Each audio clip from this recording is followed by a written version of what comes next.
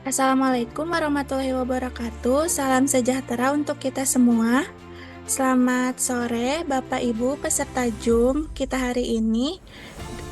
Terima kasih telah bergabung dengan kami di diskusi kita hari ini dengan tema Smart Governance dan Inovasi Digital Pemerintahan, Studi Kasus Lapor Pak Bupati Kabupaten Bogor. Di sini saya Elsa Filia Zahra, NDH 24 akan memandu Zoom meeting kali ini.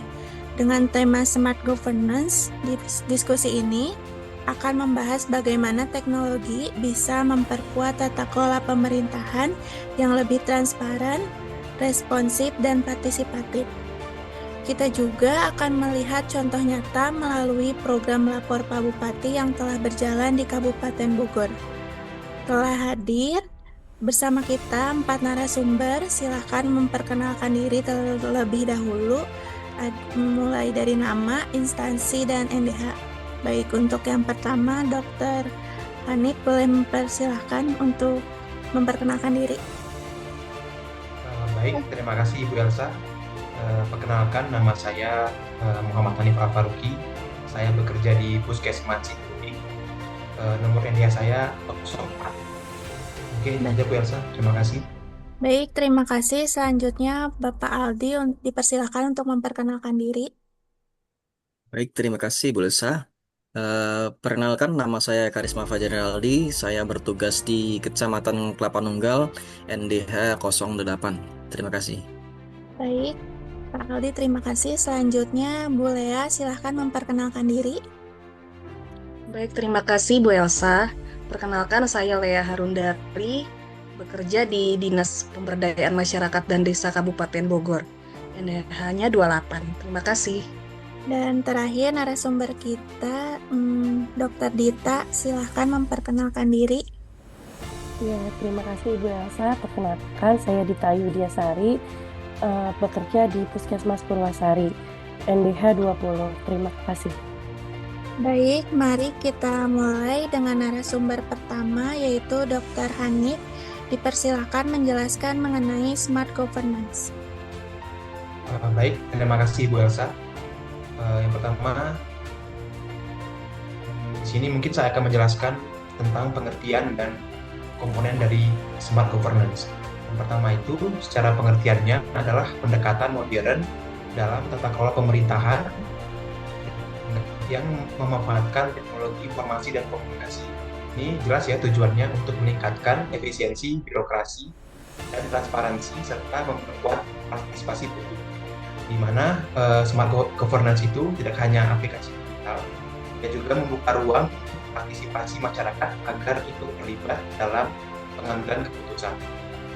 Seperti saya bilang tadi, di sini ada 4 komponennya. Yang pertama itu e-governance, di mana pelayanan publik berbasis digital, partisipasi, di mana keterlibatan aktif warga dalam kebijakan, ada open data, di mana sini data terbuka dan harus mudah diakses oleh publik.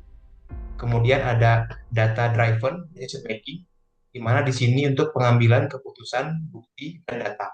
Di mana dengan cara ini kita dapat menjadi lebih cepat, bukan hanya dalam birokrasi, tapi juga dapat lebih adaptif dan inklusif. Mungkin itu saja, Bu Elsa. Terima kasih. Baik, terima kasih Dr. Hanif. Selanjutnya narasumber kedua yaitu Bapak Aldi yang akan menjelaskan mengenai studi kasus lapor Pak Bupati. Dipersilahkan. Baik, terima kasih Bu Lesa. Program Lapor Pak Bupati ini adalah inovasi digital dari pemerintah Kabupaten Bogor. Kanal utama yang digunakan adalah akun Instagram @lapor_Pak_Bupati. Jadi melalui kanal ini masyarakat bisa langsung menyampaikan aspirasi, keluhan maupun laporan. Jadi seperti kita ketahui saat ini kan masyarakat semuanya memegang handphone ya. Di handphone mereka kebanyakan memiliki akun Instagram. Untuk itulah pemerintah Kabupaten Bogor ini kita perlu apresiasi karena dengan membuat laporan Pak Bupati itu bisa menjangkau secara luas masyarakat, di mana masyarakat itu sekarang kebanyakan sudah punya HP, punya Instagram seperti itu ya. contoh kasus di Kecamatan Kelapa Nunggal, ada laporan terkait jalan rusak ya. Itu ada jalan rusak yang lumayan terkenal di Kelapa Nunggal itu, Kali Cibarengkok itu, masuk ke laporan Pak Bupati. Yang menarik adalah respon pemerintah itu sangat cepat. Laporan segera ditindaklanjuti. Ini dalam proses untuk perbaikan. Jadi dengan begitu warga mendapatkan kepastian. Jadi warga merasa lebih didengar dan dilibatkan. Program ini menunjukkan bagaimana media sosial itu menjadi alat komunikasi publik yang efektif sekaligus sarana pengawasan bersama. Seperti itu, Bu Elsa. Boleh dilihat video mengenai lapor Pak Bupati biar rekan-rekan semua bisa melihat secara langsung dan secara nyata mengenai lapor Pak Baik, Bupati terima kasih. tersebut. Mohon izin saya coba buka untuk video lapor Pak Bupatinya. Baik.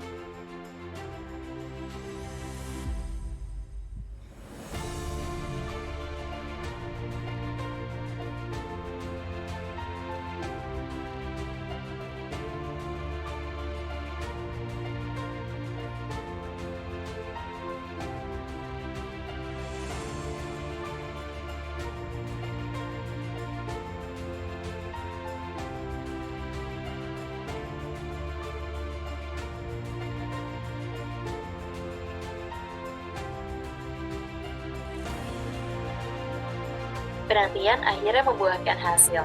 Dinas PUPR bersama kontraktor pemenang lelang melakukan peninjauan lapangan di Jembatan Cibarengkok, Kelapa Nunggal sebagai langkah awal menuju pembangunan.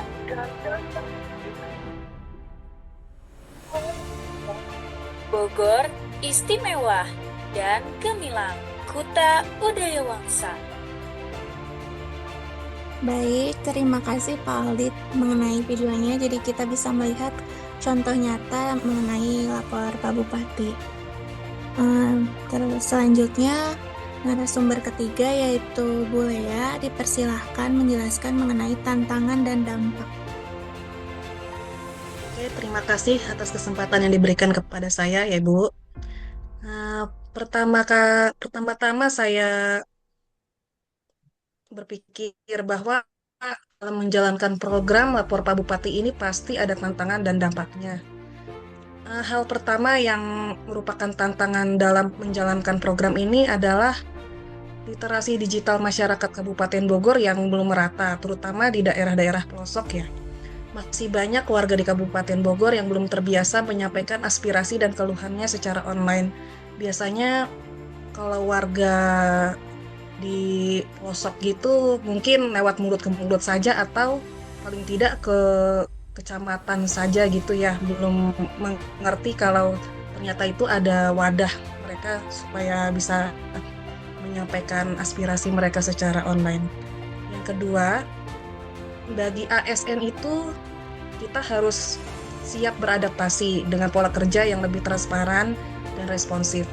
Karena melalui adanya program lapor Pak Bupati ini, laporan warga Kabupaten Bogor bisa secara langsung dipantau penanganannya secara luas dan real time gitu ya. Jadi mereka bisa mengecek setiap saat gitu. Dan selain tantangan tentu juga ada dampak positifnya ya Bu dan teman-teman semua. Dampak positif itu diantaranya adalah sebagai berikut. Yang pertama adalah layanan publik yang menjadi lebih cepat dan transparan. Yang kedua, budaya kerja birokrasi lebih kolaboratif. Dan yang paling penting adalah kepercayaan masyarakat terhadap pemerintah Kabupaten Bogor itu meningkat dibanding sebelumnya. Mungkin itu saja yang bisa saya sampaikan. Terima kasih. Baik, terima kasih Bu Lea. Selanjutnya narasumber keempat kita yaitu Dr. Dita akan menjelaskan mengenai refleksi dan relevansi. Persilahkan untuk menjelaskannya Bu Dokter. Terima kasih Teh Elsa.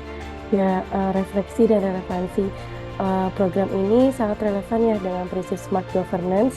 Teknologi bukan hanya sekedar alat, tapi juga jembatan antara pemerintah dan masyarakat. Nah, secara umum, smart governance ini mengacu pada penerapan teknologi digital untuk meningkatkan efisiensi, transparansi, dan partisipasi dalam tata kelola suatu instansi.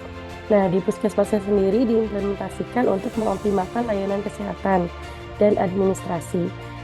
Contohnya, sekarang udah ada sistem pendaftaran online, jadi pasien bisa daftar lewat mobil JKN. Kemudian pada saat kita memeriksa pasien dari anamnesa, pemeriksaan fisik, lab, obat-obatan, ataupun nanti dirujuk, itu udah dimasuk ke dalam EPUS, ya RME, rekam medis elektronik, sebagai data dan juga laporan puskesmas. Kemudian ada juga telekonsultasi, menerapkan layanan konsultasi jarak jauh, terutama untuk pasien yang berada di daerah terpencil atau tidak gawat darurat gitu. Bisa telekonsultasi lewat mobil JKN. Kemudian antrian digital juga sekarang sudah bisa dimanfaatkan dengan sistem anjungan. Dan adanya kanal seperti lapor Pak Bupati ini, partisipasi masyarakat meningkat dan akuntabilitas pemerintah juga semakin kuat. Rekomendasi saya, program ini bisa menjadi inspirasi daerah lain. Tentunya harus disesuaikan dengan karakteristik lokal. Yang terpenting adalah komitmen pimpinan daerah dan kesiapan ASN untuk bertransformasi. Terima kasih. Baik, terima kasih Dokter Tita. Sebelum saya menutup diskusi ini, apakah ada tanggapan atau tambahan dari para narasumber mengenai lapor Pak Bupati ini? Cukup. Baik.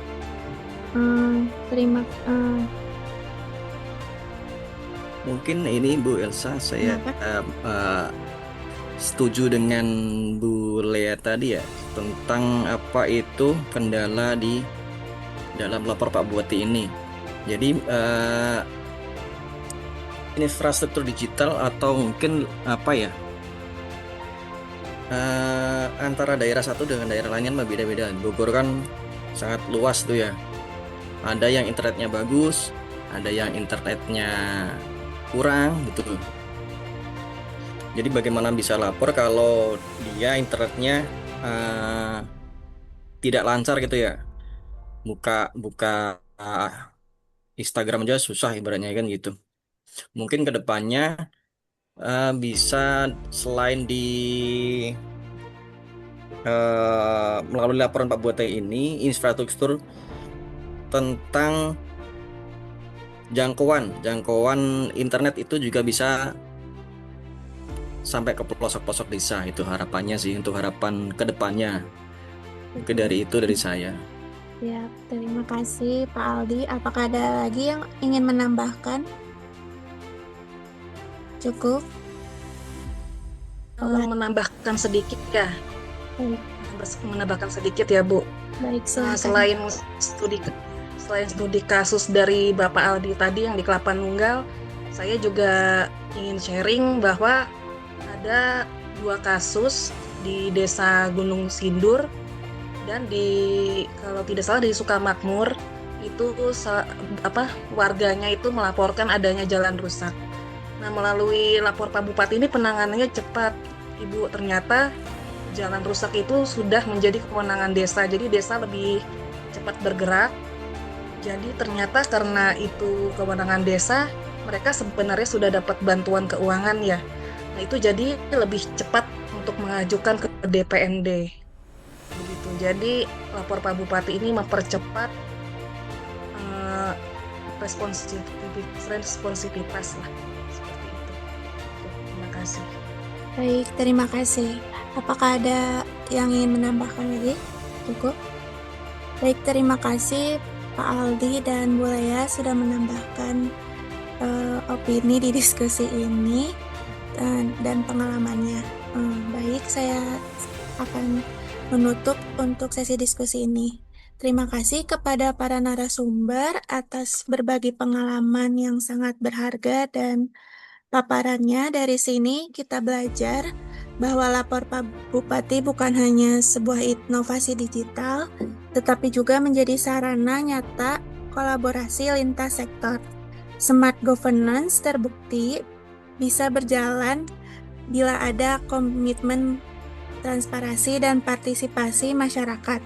Demikian diskusi kita hari ini. Sampai jumpa di forum berikutnya. Wassalamualaikum warahmatullahi wabarakatuh. Waalaikumsalam. Waalaikumsalam warahmatullahi warahmatullahi wabarakatuh. wabarakatuh. Terima kasih. Terima kasih.